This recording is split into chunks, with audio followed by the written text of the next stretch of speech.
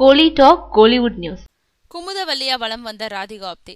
Bollywood நடிகையான Radhika Apte Femina Filmfare உள்ளிட்ட சில ஆங்கில புத்தகங்களோட அட்டைப்படங்கள்ல கவர்ச்சி போஸ் கொடுத்து அலங்கரிச்சவங்க. அதோடு பாலிவுட் படங்கள்ல கவர்ச்சி நாயகியாகவும் நடிச்சிட்டு இருக்கிறவங்க. இந்த நிலையில கபாலி படத்தோட நாயகியான குமுதவல்லி கதாபாத்திரத்துக்கு அவங்க தான் பொருத்தமா இருப்பாங்கன்னு அவங்கள ஒப்பந்தம் செஞ்சாரு டைரக்டர் ரஞ்சித்.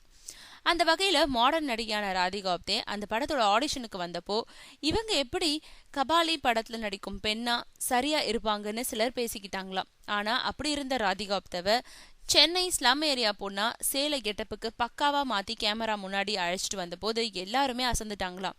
அந்த அளவுக்கு கபாலி படத்துல குமுதவல்லியாவே மாறி போயிருந்தாங்களாம் ராதிகா ஆப்தே.